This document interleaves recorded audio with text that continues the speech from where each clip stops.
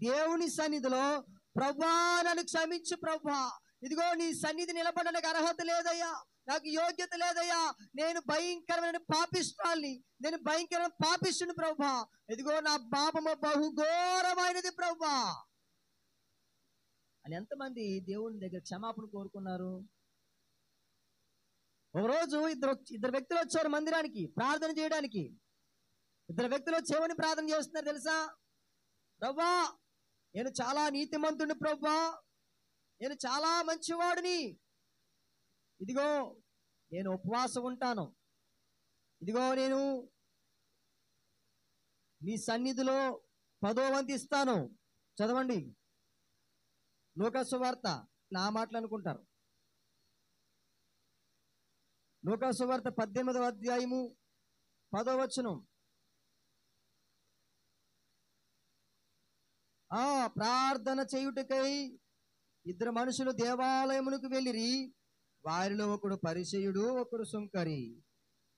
పరిసయ్యుడు నిలబడి ప్రార్థన చేస్తున్నాడు, దేవా, నేను చోరులను, అన్యాయస్తులను, వ్యభిచారులనైనా ఇతర మనుషుల వలనైనను ఈ సుంకరి వలనైనను ఉండుటకు నీకు కృతజ్ఞతాస్తుతులు చెల్లిస్తున్నాను. అంటే ఏమంటాడు తెలుసా?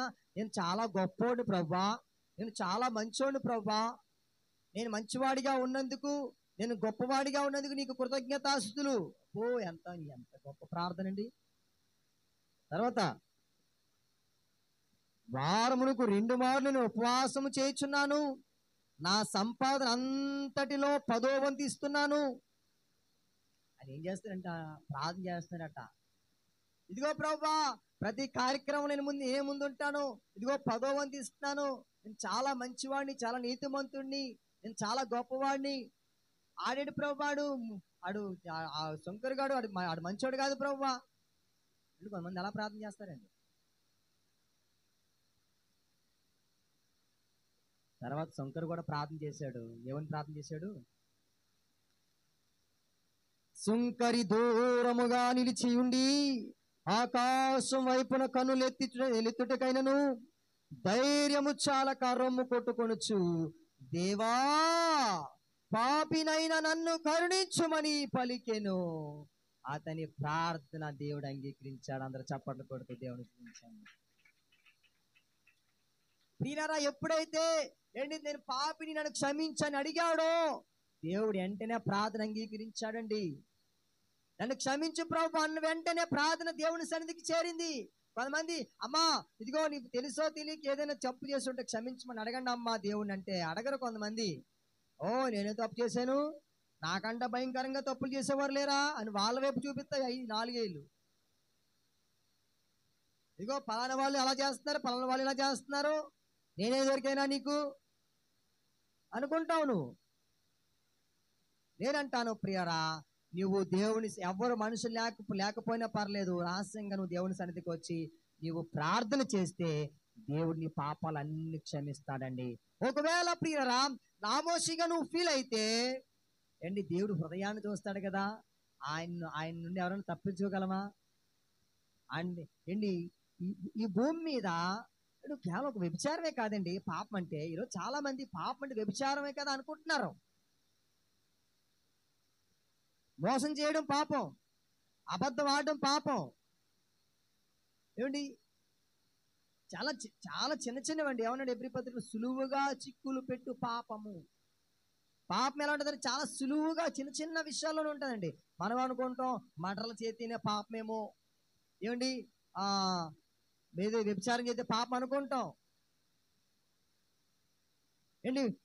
బైబిల్ గ్రంథంలో ఎన్ని ఆజ్ఞలు రాయబడ్డాయో. ఎదుటివారిని ప్రేమించకపోవడం కూడా పాపమే, ఎదుటివారిని విమర్శించడం కూడా పాపమే, ఎదుటివారికి సహాయం చేయకపోవడం కూడా పాపమే. ప్రియరా, ఇవన్నీ ఆ యొక్క లిస్టులోకి వచ్చేస్తాయి.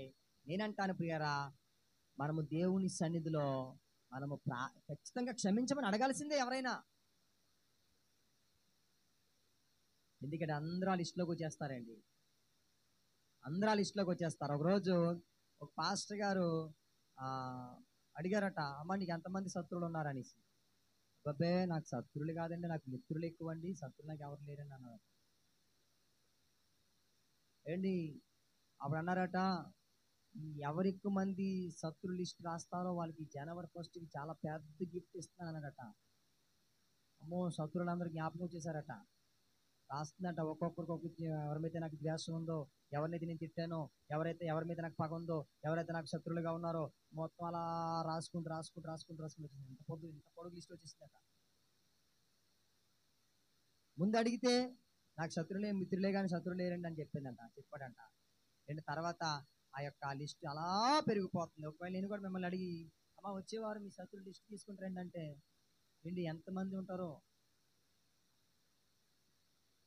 మనకు నచ్చని వాళ్ళు ఎవరు లేరా భూమి మీద? దేవునికి స్తోత్రం చెప్పండి. నచ్చని వారు ఎవరు లేరా? లేకపోతే డబల్ స్తోత్రం చెప్పండి దేవునికి. నచ్చని వారు ఉంటారు, కానీ వారితో మనం నచ్చిన వారి వలె జీవించాలి, నచ్చిన వారి వలె ఉండాలి. ప్రేర కొన్నిసార్లు భార్య భర్తల మధ్య చిన్న చిన్న సమస్యలు వస్తాయి. ఇచ్చి అనవసరంగా నేను పెళ్లి చేసుకున్నాను, ఇచ్చి అనవసరం అంటారు. తర్వాత వాళ్ళు కలిసి జీవించరా? గొడవ వచ్చిందని, మాట వచ్చిందని విడిపోతే ఎంతమందిని చేసుకోవాలి? వింటున్నారు అందరూ కూడా. భార్య భర్తల మధ్య చిన్న డిస్కషన్ వస్తూ ఉంటాయి. డిస్కషన్ వచ్చిందని విడిపోతే ఈ పాడికి స్త్రీలు ఎంతమందిని పురుషులు చేసుకోవాలి, పురుషులు ఎంతమందిని స్త్రీలను చేసుకోవాలి? ఆ గొడవ వచ్చినా, ఆ డిస్కషన్ వచ్చినా మనం ఏం చేస్తున్నావు? వాటిని మర్చిపోయి మరలా భర్తలాగా నువ్వు జీవిస్తున్నావు, మరలా నువ్వు భార్యలాగా నువ్వు జీవిస్తున్నావు. అంటే నీ భార్యతో నువ్వు జీవిస్తున్నావు, నీ భర్తతో నువ్వు జీవిస్తున్నావు. అలాగే లోకంలో ప్రియరా, ఎవరి మీదైనా మనకు ద్వేషం కలిగినా, ఎవరైనా మన గురించి తప్పుడుగా మాట్లాడినా, ఎవరైనా మన గురించి తప్పుడుగా వక్రీకరించినా, ఎవరి మీదైనా మనకు పగ ఉన్నా, కోపం ఉన్నా, అదేం చేయాలి తెలుసా? సూర్యాస్తమయ్యేంత వరకు దాన్ని సూర్యాస్తమైన తర్వాత విడిచిపెట్టిన తర్వాత మరలా నువ్వు ఏం చేయాలి? ఈ ప్రేమ నువ్వు చూపించాలి. ప్రియరా, ఇక్కడ ఆ రాయబడినటువంటి మాటల్లో ప్రియరా, మనము నీతిమంతులు మనం ఎప్పుడు అనుకోకూడదండి. నేను ఒక వీడియో చూశాను, పేరు చెప్పనండి. ఆయన అంటున్నాడు వీడియోలో, నేను చాలా మంచోడినండి, నేను గొప్పోడిని, నేను చాలా మంచోడిని అంటున్నాడండి. మనం ఎంత మోసగాలమో తెలుసా? మనం చేసే అక్రమాలు, దౌర్జన్యాలు ఎవరికి తెలియదు కదా, నేను మంచోడిని అంటాం. కానీ దేవుడు చూస్తున్నాడండి. దేవుడు అనుకుంటాడు, ఉన్నాయి కదా అంత భయంకరమైనటువంటి కార్యక్రమం చేసావు, నువ్వు మంచోడు ఎలాగవుతావు అంటాడు దేవుడు. మనం మంచోళ్ళు మనం అనుకుంటున్నాము, అది స్వనీతి. ప్రియరా, మనము మంచి వాళ్ళని ఎవ్వరూ కాదండి. మనం మంచివాళ్ళం అయితే యేసుక్రీస్తు భూమి మీదకి ఎందుకు వస్తాడండి చెప్పండి? నువ్వు మంచివాడు అయితే, నువ్వు మంచిదాని అయితే యేసుక్రీస్తు భూమి మీదకి వస్తాడా? రావాల్సిన అవసరం లేదు. ఆయన ఏమన్నాడు? ఆయన రోగులకే వైద్యుడు గాని ఆరోగ్యవంతులకు వైద్యుడు అవసరం లేదు. మంచి వాళ్ళకు దేవుడు అవసరం లేదు. మంచివాళ్ళుగా ఉంటే నువ్వు అన్ని విషయాల్లో పర్ఫెక్ట్ గా ఉండి దేవుడు అవసరం లేదు. యేసుక్రీస్తు రక్తం నీకు అవసరం లేదు. మనం మంచి వాళ్ళం కాదు కాబట్టి ఆయన భూమి మీదకి వచ్చాడు. ప్రవక్తలు వచ్చారు భూమి మీదకి. ఎంతో మంది వచ్చారు భూమి మీదకి, చెప్పారు, విన్నావా? వినలేదే. మారలేదే. అందుకే ప్రియరా, ఆయనే దిగి వచ్చేసాడండి. దేవునికి మహిమ కలుగును గాక. ఆయన దిగి వచ్చేసాడు సరాసరి. కొన్నిసార్లు చూడండి, చిన్న ఒక్కొక్కసారి కలెక్టర్ గారు దిగి వచ్చేస్తారు. కలెక్టర్ గారు వచ్చేస్తారండి, రంగంలో దిగిపోతారు కలెక్టర్ గారు. ఎందుకు అనుకుంటున్నారు? ఆవిడ కింద ఉన్నటువంటి కొంతమంది ఆ యొక్క అధికారులు సరిగ్గా వర్క్ చేయలేదనుకోండి, నేరుగా కలెక్టర్ గారే ప్రత్యక్షమైపోతారు. ఎన్ని సందర్భాలు మనం చూడలేదండి ఇవన్నీ. కలెక్టర్ గారే ప్రత్యక్షమైపోతారు, డిఎస్పీ గారి ప్రత్యక్షమైపోతారు, సీఎం గారి ప్రత్యక్షమైపోతారు. కొన్ని సందర్భాలలో సీఎం గారు రేషన్ స్టోర్కి వస్తాడా? వినాలి, వస్తాడా? సీఎం గారు రేషన్ స్టోర్కి వస్తాడా? మనం ఇంతకు ముందు ప్రభువుని ఎరగక ముందు ఒకే ఒక్కడు చూసి ఉంటాం కదా. ఏం చేస్తాడు అక్కడ సీఎం గారు? రేషన్ స్టోర్కి వచ్చేస్తాడు. ఆయన రేషన్ చెక్ చేసేస్తాడు. సీఎం గారు వచ్చి అలా ఈ సీఎం గారి కింద అంటే ఇంకెవరు అధికారులు నాయకులు లేరా? సీఎం గారు ఎందుకు వచ్చేసాడు? ఆయన ప్రతి అధికారి దగ్గరికి వెళ్ళిపోతాడు, ప్రతి చిన్న డ్రైనేజీ దగ్గరికి వెళ్ళిపోతాడు, ఎక్కడ పడితే అక్కడికి వెళ్ళిపోతాడు. ప్రియరా, వాళ్ళు పర్ఫెక్ట్ గా లేరు కాబట్టి వచ్చేసాడు ఆయన. పర్ఫెక్ట్ గా ఉంటే సీఎం గారు ఏం చేస్తాడు? కాలు కాలు కూర్చొని దర్జాగా ఏసీ రూమ్ లో లగ్జరీగా లైఫ్ ని ఎంజాయ్ చేస్తాడు. మనం మంచి వాళ్ళం కాదండి. దేవుడు తన కుమారి లోకానికి పంపించాడు. మనము అలా పరిసేడు చేసినటువంటి ప్రార్థన మనం చేయకూడదు. మనం దేవుని సన్నిధిలో, ప్రభువా నన్ను క్షమించు ప్రభా, నా పాప దోష అతిక్రమములను వాటిని నన్ను విడిపించు ప్రభా, అవి నాలో ఉంటే నన్ను క్షమించు ప్రభా అని అడగాలి. ఒకవేళ నువ్వు పాపం చేయాలని నీ ఆలోచన లేకపోవచ్చు, కానీ తెలుసో తెలియక ఏదైనా నువ్వు చేస్తుంటే, అది నీకు జ్ఞాపకం లేకపోయి ఉంటే, క్షమించమని అడిగినంత మాత్రాన నీకు ఏమైనా ఆస్తి తగిలిపోతా? నువ్వేమైనా కోల్పోతావా? దేవుని మనం అడిగే వారంగా ఉండాలి. నన్ను క్షమించు ప్రభువా. ఏమన్నాడు ఇక్కడ? చదవండి, కీర్తన గ్రంథము 25వ వచనం 11వ వచనం 25వ అధ్యాయం 11వ వచనంలో నీ నామమున క్షమాపణ కొరుకును, నీ నామం బట్టి నన్ను క్షమింపుము. యెహోవా నా పాపం బహుఘోరమైనది, ఆ పాపాన్ని ఏమంటున్నాడు?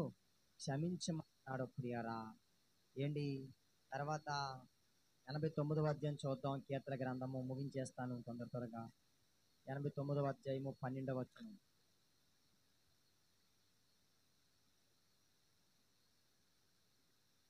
89వ అధ్యాయము 12వ వచనం. ఉత్తర దక్షిణములను నీవే నిర్మించితివి, తాబోతు హెర్మోనులు నీ నామం బట్టి ఉత్సాహధ్వని చేయుచున్నవి. 89:24 చదవండి. నా విశ్వాసతయు నా కృపయు అతనికి తోడేయుండును, నా నామమును బట్టి అతని కొమ్ము హెచ్చింపబడును. దేవునికి మహిమ కలుగును గాక. అంటాడు? నా నామమును బట్టి అతను కొమ్ము హెచ్చింపబడును. కొమ్ము హెచ్చింపబడిన అంటే అర్థం ఏంటో తెలుసా? నీవు అభివృద్ధి చెందుతావు అని. కొమ్ము హెచ్చింపబడును అంటే అర్థం ఏంటో తెలుసా? నీవు దీవించబడతావు అని. నా నామమును బట్టి నీవు అభివృద్ధి చెందుతావు, నా నామం బట్టి నువ్వు ఆశీర్వదించబడతావు. మనము దేవుని సన్నిధిలో మనం ఉంటే దేవుడు ఏం చేస్తాడని తెలుసా? మనల్ని ఆశీర్వదిస్తారంటండి. ఎందుకంటే పేతురు పత్రికలో ఆయన ఏమన్నాడు? ఆశీర్వాదమునకు వారసులగుటకే మీరు పిలవబడితిరి. దేవుడు మనల్ని అందరినీ కూడా ఆశీర్వదించడానికి పిలిచాడు. ఆశీర్వాదాన్ని పొందుకోవాలని, ఆశీర్వాదం అనుభవించాలని పిలిచాడు. అయినా మనం ఎందుకు పొందుకోలేమంటే కొన్ని బంధకాలు మనల్ని వెనక్కి లాగుతూ ఉంటాయి, కొన్ని దురాత్మ శక్తులు మనల్ని వెనక్కి లాగుతూ ఉంటాయి. అందుకే మన జీవితాల్లో కొన్ని సార్లు ఆశీర్వాదాన్ని మనం చూడలేం. యెహోవా నామమును బట్టి కొమ్ము ఎత్తబడును ప్రియరా, అతని కొమ్ము హెచ్చింపబడును. అంటే అతడు హెచ్చించబడతాడు, ఆశీర్వదించబడతాడు, దీవించబడతాడు, ఒక ఉన్నతమైన స్థితిలో ఉంటాడని చెప్తుంది వాక్యం.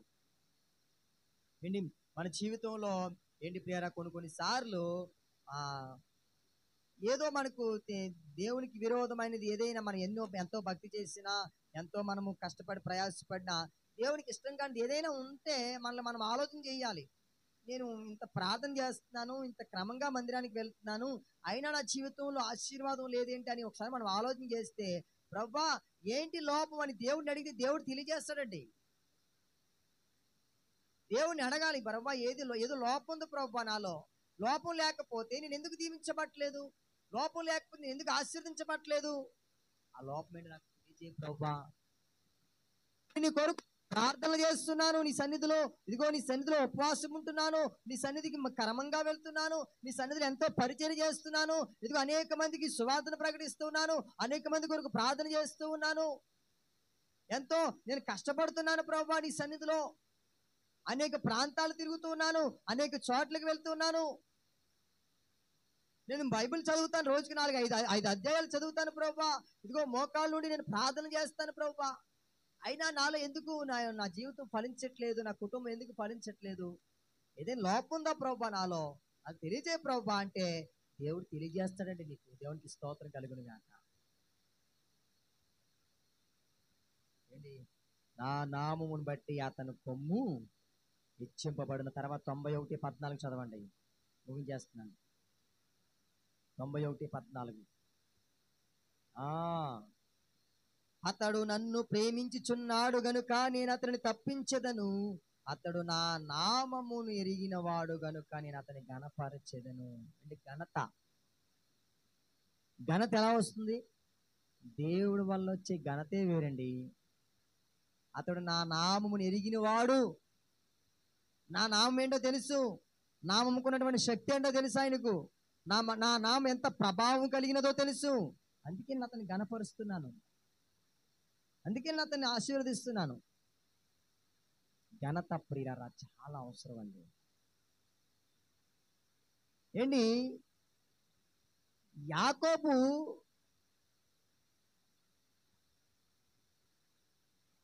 దేవుని ఎరిగిన వాడే. బైబిల్ గ్రంథంలో అబ్రహాము దేవుడు, ఇస్సాకు దేవుడు, యాకోబు దేవుడు అని రాయబడింది. యాకోబు పుట్టిన పిల్లలందరూ కూడా దేవుని ఎరిగిన వారే కదా.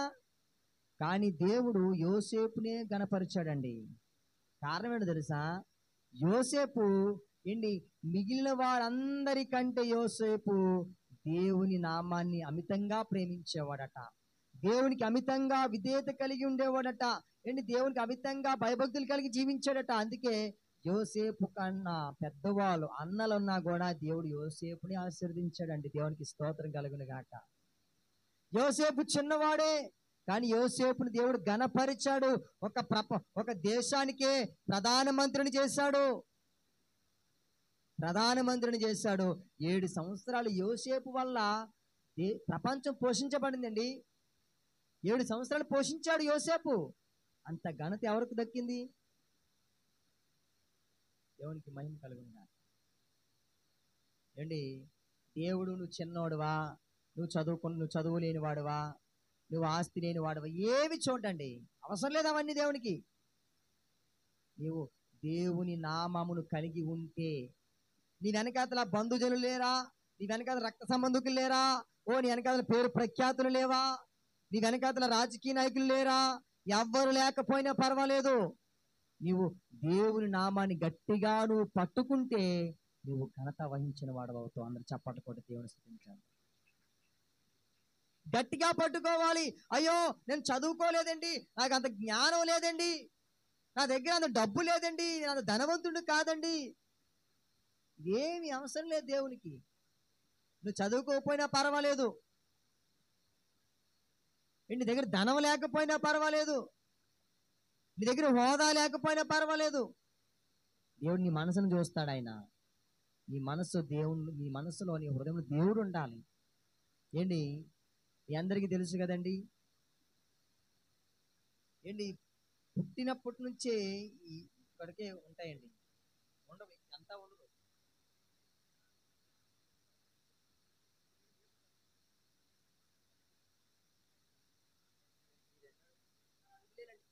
అలాగే పుట్టాడండి. 2.5 అడుగులు ఇంతే ఉంటాడు. ఇక్కడ నుంచి కోరుకుంటాడు అంతే. ఈ 2 చేతులు ఉండవు, 2 కాళ్ళు ఉండవు. ఈరోజు మీరు ఆయన ప్రపంచంలోనే అత్యధిక సువార్థికుడిగా ఉన్నాడు. ఆయన కారణం ఏంటి? ఆయన ఎందుకు అంత ప్రభావితం చెందాడు?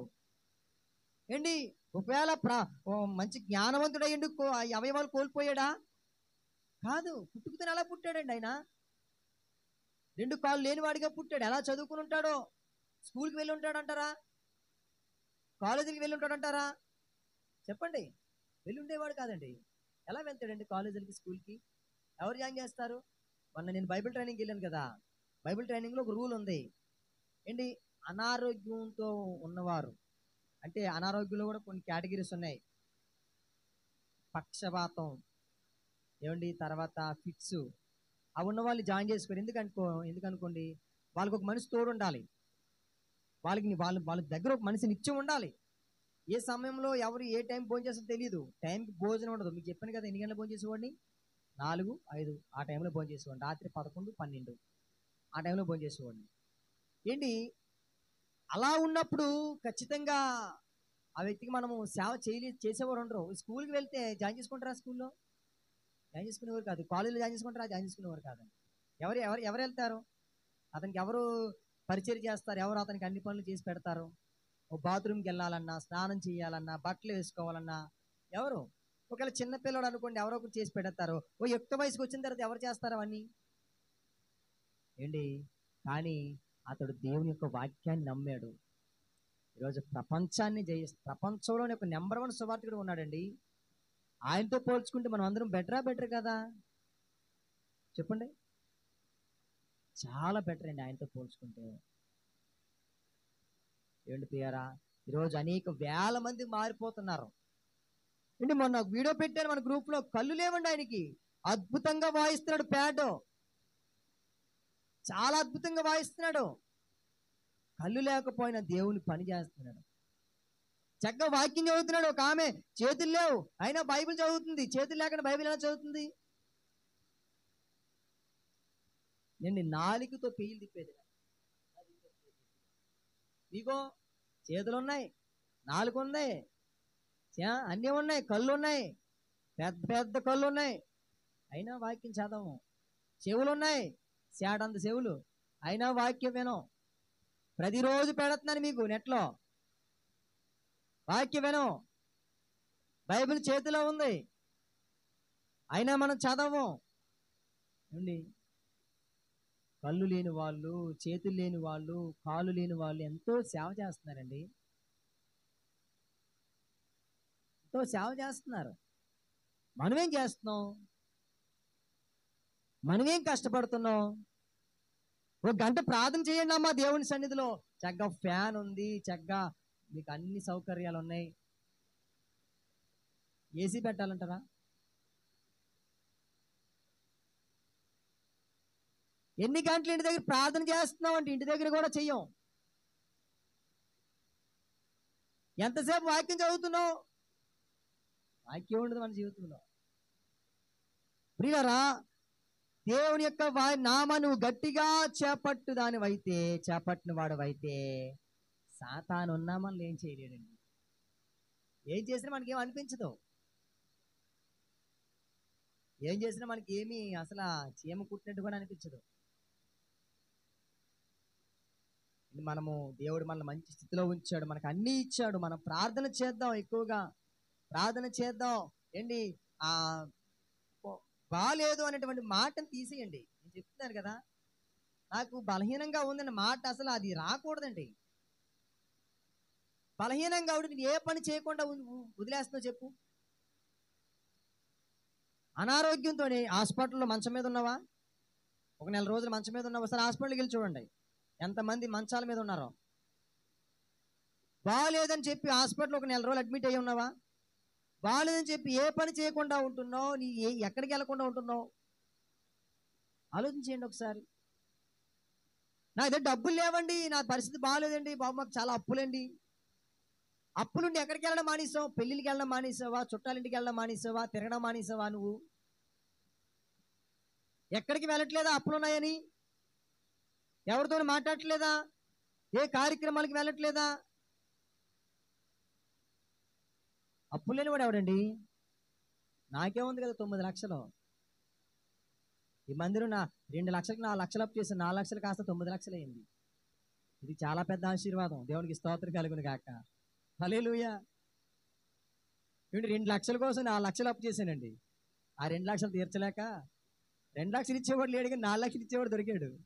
ఆ 4 లక్షలు ఇస్తాడట, 2 లక్షలు ఇవ్వడట. చచ్చినట్టు 4 లక్షలు తీసుకున్నాం.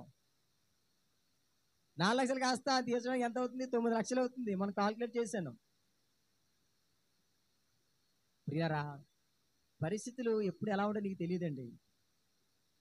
అందుకే మనం ఏం చేయాలి తెలుసా? ఉన్న సమయం అందే మనం ప్రభుని స్థుతించుకుంటూ వెళ్ళిపోవాలి, ప్రభు పని చేసుకుంటూ వెళ్ళిపోవాలి, ప్రభు పనికి సహకరిస్తూ ఉంటూ వెళ్ళిపోతుండాలి.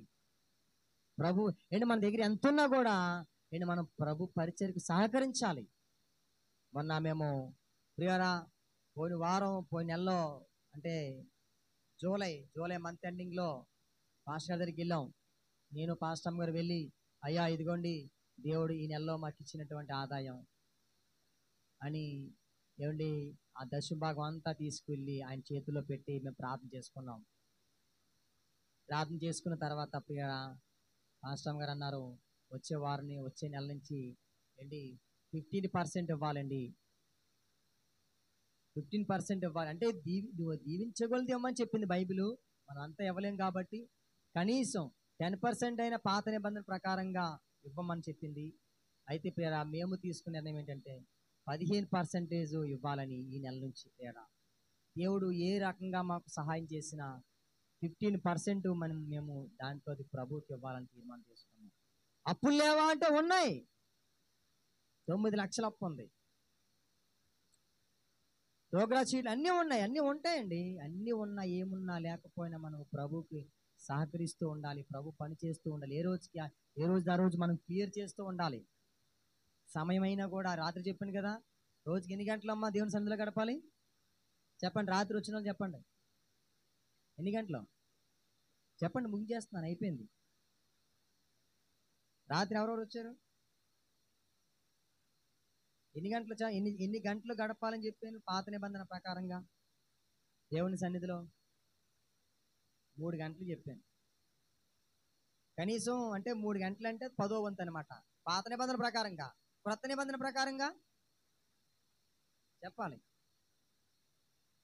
క్రొత్త నిబంధన ప్రకారంగా రోజంతా దేవుని సన్నిధిలో గడపాలి. నువ్వు అది చేయలేవు, ఇది చేయలేవు. అందుకే నేనేం చెప్పాను? చెప్పండి అమ్మా. నేను రోజు నుంచి బాధపడుతున్నాను. నేను 1 గంట కదా రోజుకి దేవుడు మనకి ఎన్ని గంటలు ఇస్తున్నాడు? 24 గంటలు ఇస్తున్నాడు. 23 గంటలు మనం ఆడేసిపోయి 1 గంట కూడా మనం దేవునికి ఇవ్వలేకపోతే ఎలాగండి? ఒకసారి ఆలోచించి.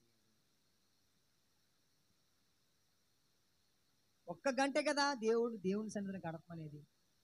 అంటే మన పిల్లలు ఉన్నారండి, మన పిల్లలు మన వల్లే అన్ని అనుభవించి అన్ని పొందుకొని పక్కింటోని నాన్న అన్నారనుకోండి మనకి ఎలా ఉంటుంది? పక్కింటోని అమ్మ అన్నారనుకోండి మనకి ఎలా ఉంటుంది? ఏంటి, మనము 24 గంటలు దేవుడు మనకి ఇస్తే 24 గంటలు మనమే వాడేసుకుంటే మనం దేవునికి ఏమి ఇస్తున్నాం? ఎంత సమయాన్ని దేవునికి ఇస్తున్నాం మనం ఆలోచించేది ఒకసారి. నేను చెప్పట్లేదైనా, నేనేమైనా తప్పు చెప్తున్నానా? మీకు మిమ్మల్ని ఏమైనా బాధ పెడుతున్నానా? దీన్ని మా భాస్కర్ చాలా మమ్మల్ని ఇబ్బంది పెడుతున్నట్టుగా మీరు ఫీల్ అవుతున్నారా? ఒకవేళ మీరు 5 గంటలు గడిపారు అనుకోండి, 5 గంటలు గడుపుతున్నారు కదా, 6 గంటలు గడపని చెప్పాను అనుకోండి, మిమ్మల్ని నేను ఇబ్బంది పెట్టినట్టు. 1 గంట మీరు దేవుని సన్నిధిలో గడపండి. దేవుని యొక్క ప్రభావాన్ని మీరు చూస్తారు, దేవుని ఆశీర్వాదాలు మీరు చూస్తారు, ఆయన అద్భుతాలు మీరు చూస్తారు, మీ జీవితాల్లో పెనుమార్పులు మీరు చూస్తారు. దేవునికి మహిమ కలుగును గాక. ప్రార్థన చేయండి ప్రియరా. 1 గంట ఎలా గడపాలి అని మీరు అనుకుంటున్నారా? నేను 1 గంట ఎలా గడపాలో నేను చెప్పేసి ప్రార్థన చేస్తాను. 1 గంట ఎలా గడపాలంటే, మొట్టమొదటిగా 10 నిమిషాలు నీ కుటుంబం కొరకు ప్రార్థన చేయి. అంటే నీ భార్య కొరకు, నీ భర్త కొరకు, నీ బిడ్డల కొరకు, నీ బంధువులు ఉంటారు కదా, నీ రక్త సంబంధికులు. 10 నిమిషాలు చేయలేమా ప్రార్థన? చేయగలమా లేదా? మీరు ఏకీభవించాలి, మీరు డల్గా ఉండకూడదు. చేయగలమా లేదా? మనకు భార్య కోసం, భర్త కోసం, పిల్లల కోసం 10 నిమిషాలు చేయగలమా? చేయగలము. ఓకే, అయిపోయింది. రెండవదిగా ఇంకొక 10 నిమిషాలు నశించిపోతున్న వారు ఉన్నారు కదా, నశించిపోతున్న వారి కొరకు 10 నిమిషాలు చేయలేము వారి కొరకు. ఏంటి మూడవదిగా, ఏంటి దొంగలు, రకరకాలుగా వ్యభిచారులు, తర్వాత రకరకాలుగా త్రాగుబోతులు, తిరుగుబోతులు, డ్రగ్స్, చెడు వ్యసనాలు, బిగీలు, సిగరెట్లు, ఇలాంటి వ్యసనాలు కలిగి ఉన్నారు కదా, వాళ్ళ కోసం మనం 10 నిమిషాలు చేయలేమా? 10 నిమిషాలు చేయగలం. ఏమండి ఇంకొక 10 నిమిషాలు దైవ సేవకుల కొరకు 10 నిమిషాలు చేయలేమా? అంటే దైవ సేవకులు అంటే నా గురించి ఒక్కడి గురించే కాదండి, ప్రపంచవ్యాప్తంగా దేశవ్యాప్తంగా ఉన్న సేవకులు అండి ఎంతో మంది ఎన్నో త్యాగాలు చేసి ఇలాంటి పెద్ద పెద్ద మందిరాలు కట్టి అండి ఎంత అనారోగ్యంతో ఉన్నా, ఎన్ని ఇబ్బందులు ఉన్నా వాక్యాన్ని ప్రకటిస్తూ అండి. నిన్న ఒక పాస్టర్ గా చెప్పారండి, మొన్న వచ్చారండి, ఏంటి ఈ గడ్డం తీసుకోవడం టైం లేదట ఆయనకి, ఖాళీ లేదు, నిద్ర లేదట, రాత్రి 1 గంట అయ్యేదట, మళ్ళీ పొద్దున్న 4 గంటలకు ప్రయాణం అట. ఏ నిద్ర సరిపోద్దండి? నైట్ 1 గంటకి ఒక ఊర్లో మీటింగ్ చూసుకొని మళ్ళీ ఆ నైట్ అక్కడే ఉండి ఉదయం 4 గంటలకి మళ్ళీ మన కాకినాడకి వచ్చేసారు. మళ్ళీ కాకినాడలో ఏమైనా రెస్ట్ ఉందంటే, కాకినాడలో మీటింగ్ అయిపోయిన వెంటనే ఇంకో ఊర్లో మీటింగ్కి వెళ్ళాలి. ఇక్కడ నుంచి అక్కడికి వెళ్ళేసరికి ఆ మీటింగ్ టైం, వాకింగ్ టైం అయిపోద్ది, అంటే 8, 9 అయిపోద్ది. ఇంకెప్పుడు పడుకుంటారు వాళ్ళు? ఇలా ఎంతో మంది ఎన్నో బాధలు పడుతూ సేవ చేస్తున్నారండి. సేవకుల కొరకు, సేవకుల కుటుంబం కొరకు ఒక 10 నిమిషాలు మనం ప్రార్థన చేయలేమా? చెప్పండి. ఏంటి ఎంతో మంది సువార్థికులు సువార్త చేస్తున్నారు, వాళ్ళ కోసం 10 నిమిషాలు చేయలేమా? ఏంటి ఎంతో మంది మిషనరీస్ ఉన్నారండి మన దేశంలో, మిషనరీస్ ఉన్నారు. మిషనరీస్ కొరకు 10 నిమిషాలు పని చేయలేమా? వారు అన్ని విడిచిపెట్టి ఏంటి ఏజెన్సీ ప్రాంతాల్లో నెలల చెప్పున ఉండిపోయి అక్కడే సేవలు చేస్తున్నారండి. ఎన్నో మిషనరీస్ ఉన్నారు.